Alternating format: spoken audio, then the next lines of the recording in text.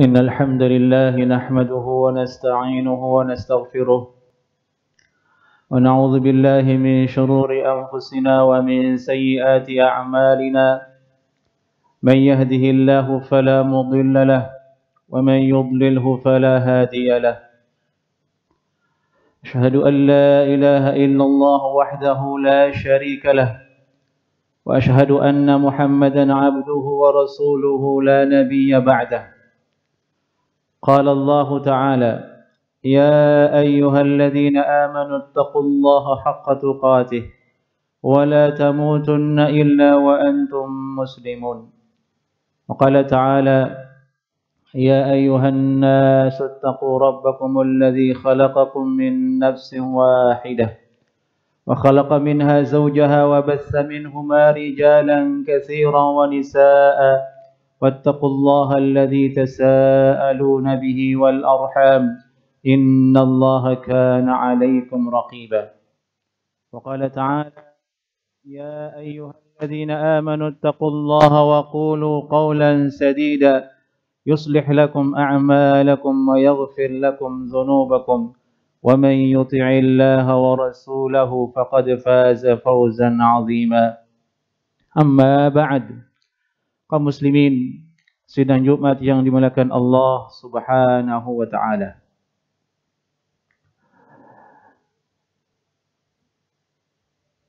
Beberapa hari yang lalu, bahkan 100 hari yang lalu, kita mungkin telah berkata 100 hari lagi akan datang Ramadan. Dan sekarang kita telah sampai kepadanya.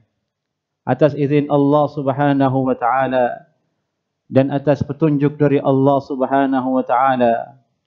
Maka dari itu kesempatan kita di bulan ini kita jadikan sebagai momen kita untuk betul-betul bertaubat kepada Allah Subhanahu wa taala, untuk betul-betul kita memperbaiki amalan kita agar kita betul-betul beramal demi kebaikan kita kelak di dunia di akhirat.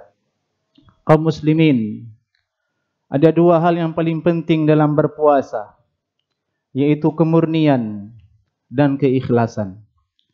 Adapun kemurnian, yaitu hendaklah puasa kita itu murni dari dosa dan kesalahan. Kita berusaha agar puasa kita tidak cacat oleh dosa-dosa yang dilakukan oleh lisan kita, oleh perbuatan kita. Karena sungguhnya puasa yang tidak bersih dari dosa tersebut tidak diterima oleh Allah Subhanahu wa taala. Nabi sallallahu alaihi wasallam bersabda, "Man lam yada' qaula az-zur wal 'amala bihi falaysa lillahi hajah bi an yada'a ta'amahu wa syarabah." Siapa saja yang tidak meninggalkan ucapan dusta, qaul az-zur. Kata ulama, qaul az-zur maknanya luas, yaitu seluruh ucapan, semua ucapan yang dia menjurus kepada kebatilan, maka dia adalah qauluz zur yang mesti kita tinggalkan. Wal amal az-zur, dan perbuatan yang zur juga sama. Kata ulama, az-zur itu maksudnya adalah kedustaan, tapi maknanya luas.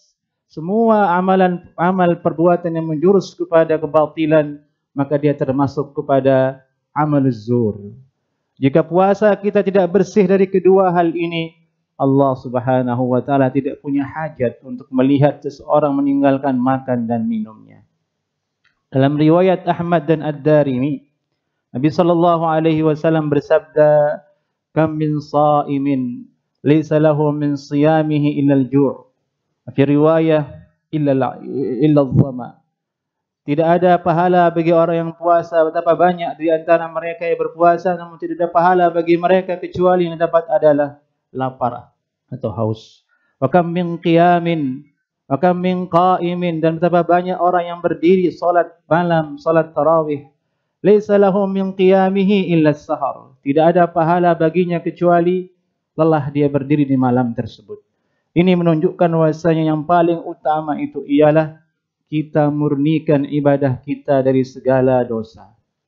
Adapun keikhlasan, maka dia adalah yang paling utama. Dari itu Nabi sallallahu alaihi wasallam bersabda, "Man shama Ramadhana imanan wa ihtisaban, ghufira lahu ma taqaddama min dhanbihi Siapa saja yang puasa di bulan Ramadan karena keimanan, didasari karena kepercayaan dan keyakinan bahwasanya puasa ini wajib, perintah dari Allah Subhanahu wa taala. Aku jalankan dia karena aku tunduk kepada Allah Subhanahu wa taala, wahtisaban, dan karena mengharap pahala kelak di akhirat, maka Allah akan ampuni dosa-dosanya.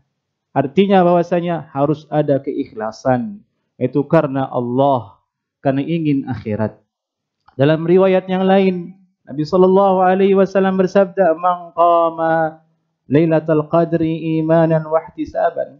Siapa saja yang berdiri di malam Lailatul Qadar, salat tarawih dengan iman dan ihtisab, mengharap pahala dari Allah Subhanahu wa taala, maka Allah akan ampuni dosa-dosanya. Inilah dua hal yang wajib kita perhatikan bersama, yaitu kemurnian amalan kita dan keikhlasan kita beramal karena Allah Subhanahu wa taala. Itulah yang akan kita harapkan menjadi pahala kita di akhirat. Tanpa keduanya, kita hanya akan lelah diri saja. Barakallahu li wa lakum fil Qur'anil azim, wa nafa'ani Allahu wa iyyakum bima fihi minal ayati wadh-dhikril hakim, wa taqabbalallahu minni wa minkum tilawatahu innahu huwal ghafurur rahim.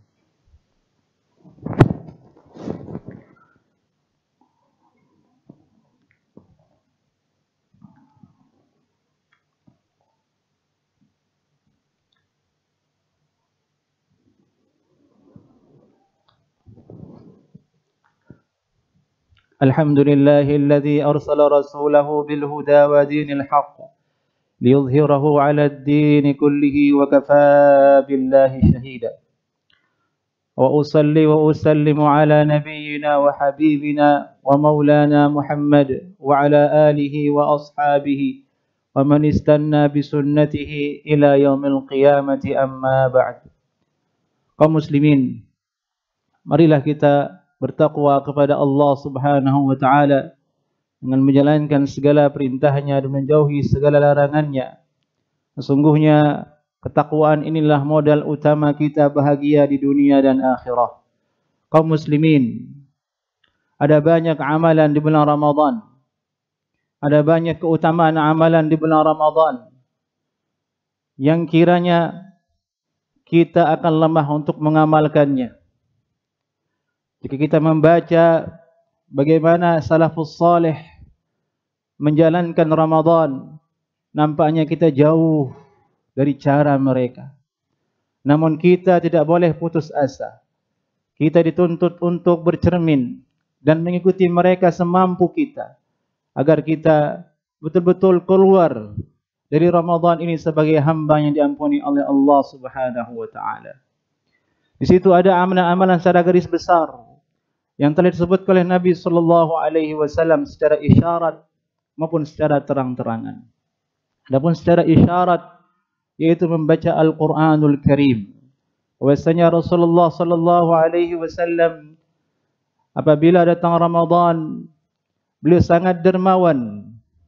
Terlebih ketika Jibril turun kepada beliau, fayudarisuhul Qur'an, dan mengajarkan beliau Al-Qur'anul Karim. Ulama mengambil faidah dari hadis ini bahwa di antara amalan yang dianjurkan di Ramadan, terutama di malamnya, ialah memperbanyak membaca Al-Qur'anul Karim.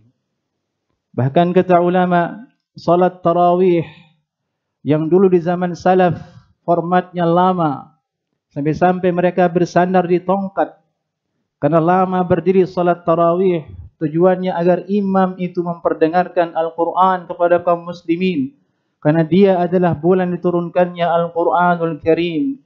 Syahrul Ramadan alladhi unzila fihi Al-Quran. Bulan Ramadan ialah bulan diturunkan di dalamnya Al-Quranul Karim. Yang kedua, di antara amal yang bisa kita lakukan ialah berinfak di jalan Allah Subhanahu wa taala. Kana an-nabiy sallallahu alaihi wasallam ajwadun nas wa ajwadu ma kana yakunu fi Ramadan. Nabi sallallahu alaihi wasallam adalah sosok hamba yang sangat dermawan, dan beliau menjadi sangat dermawan ketika berada di bulan Ramadan. Maka inilah kesempatan kita untuk berinfak, bersedekah, membantu keluarga kita, membantu tetangga kita dengan apa yang kita miliki, sehingga keterbatasan kita beramal saleh tertutupi dengan amalan-amalan sederhana tersebut. Kaum muslimin, akhir khutbah, semoga Allah Subhanahu wa taala memberikan kita semua kesehatan, dan semoga Allah Subhanahu wa taala memberikan kita al-afiyah, petunjuk dan taufik untuk beribadah di bulan Ramadan ini. Innallaha wa malaikatahu yusalluna 'alan nabi ya ayyuhalladzina amanu sallu 'alaihi wa sallimu taslima. Wa qala 'alaihi assalatu wassalam من صلى علي مرة صلى الله عليه بها عشرا. اللهم صل على محمد وعلى آل محمد كما صليت على إبراهيم وعلى آل إبراهيم وبارك على محمد وعلى آل محمد كما باركت على إبراهيم وعلى آل إبراهيم إنك حميد مجيد. اللهم اغفر للمسلمين والمسلمات والمؤمنين والمؤمنات الأحياء منهم والأموات. اللهم أصلح ولاة أمورنا، اللهم أصلح ولاة أمورنا، اللهم أصلح ولاة أمورنا. اللهم ربنا لا تسلط علينا بذنوبنا من لا يخاف منك ولا يرحمنا يا أرحم الراحمين. اللهم ارفع عنا البلاء والوباء، اللهم ارفع عنا البلاء والوباء، اللهم ارفع عنا البلاء والوباء يا أرحم الراحمين يا عزيز يا قوي. عباد الله، اذكروا الله يذكركم واشكروه على نعمه يزدكم ولذكر الله أكبر.